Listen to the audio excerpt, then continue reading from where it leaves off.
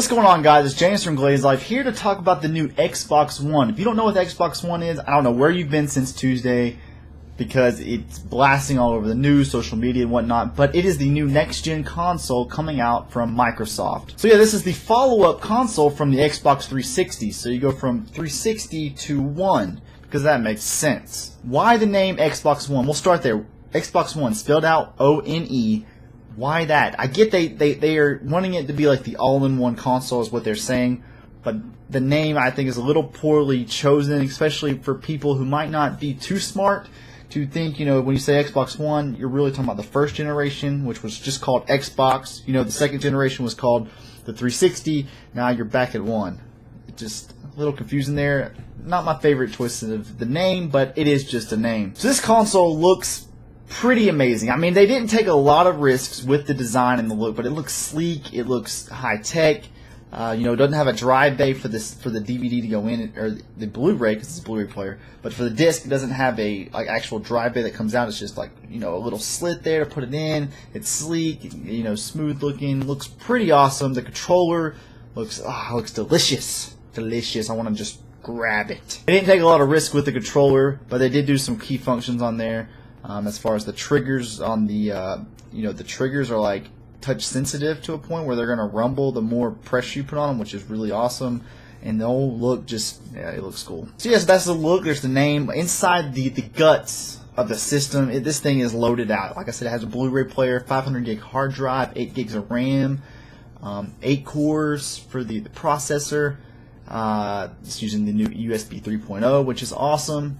So this thing is going to be jam-packed specs-wise, which, you know, no complaints there. It's really going to be able to, you know, compete with, you know, PC gaming to a point. Another cool thing about, you know, although it only has a 500 gig hard drive, all the USB ports you can plug in, you know, like an external drive, and you can actually store games there. So that's pretty cool. So the system is taking on like an all-in-one, you know, media device. You know, it's going to allow you to actually plug in your cable box. So like, say I have DirecTV, I can take my DirecTV box, take the HDMI from the DirecTV box and plug it through my Xbox and then out of my Xbox to my TV. So it kind of works as a hub, and I can actually access all my DirecTV channels within the Xbox Live menu, which is pretty cool. And like that'll work with the voice command and everything through Connect, and that's just pretty sweet.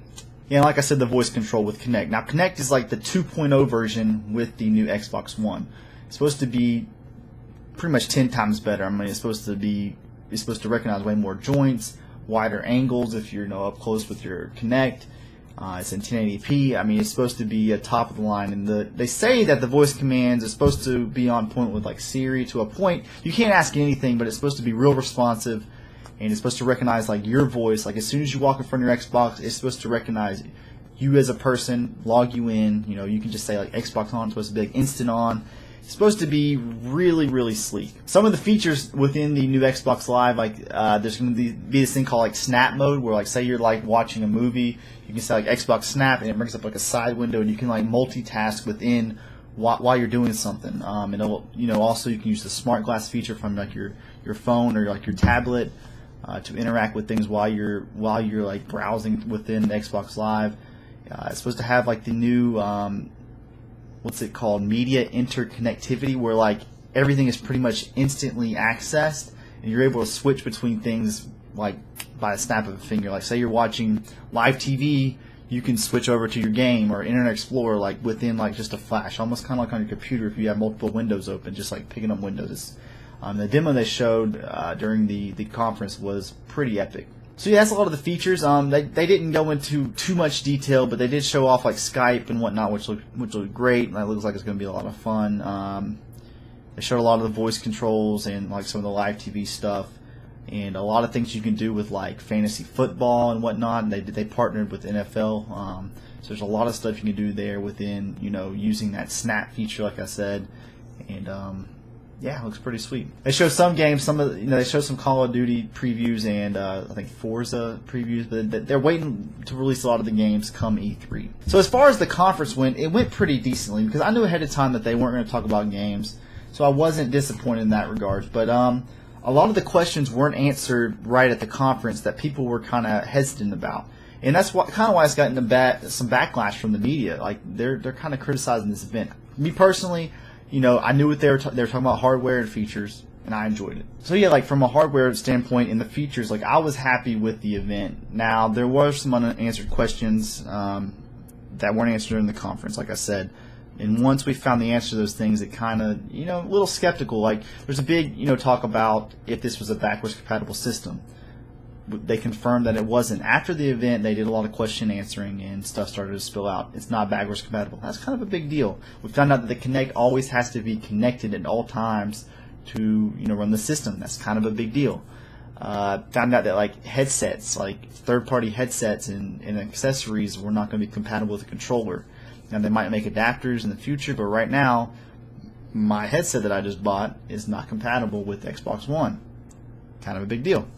There's a lot of, there's like a lot of gray area about used games. They said that they have a way of it working, but there might be fees involved, which, that sucks if that's the case. And then there's also the thing about always being online. They said that it doesn't always have to be online, but there might be like a 24-hour window where it must connect after 24 hours. But they still haven't cleared up a lot of things, and I'm hoping they do that in the coming weeks because this is kind of hurting them, right now. But, I'm not going to jump the gun here. I mean, I'm an Xbox fan, Microsoft fan versus Sony. Even though Sony hasn't released all their stuff, they kind of have the lead right now. Even though they didn't even show their console, they're kind of leading the battle right now with next gen to a point. But yeah, E3, it's a couple weeks away, so we'll see a lot more there and a lot about the games, which I'm pumped for. So as it stands right now, Xbox One looks great. Features look amazing. Once we see the games and they clear up a few more things, I think it's going to definitely beat out the PS. PlayStation just kind of seems to be behind the mark in the multiplayer, in the online world. They put out some good games, they both put out great games, but yeah, I'm a Microsoft fanboy. Anyways, can't wait for E3. They also announced a Halo live action television show. Can't wait for that. But yeah, Xbox One. Tell me what y'all think about it in the comments below. Are you on board with them? Are you a little skeptical? Are you going to wait till E3 to see what you're going to do? Yeah. Tell me what you think below. But thanks for watching, guys. Peace.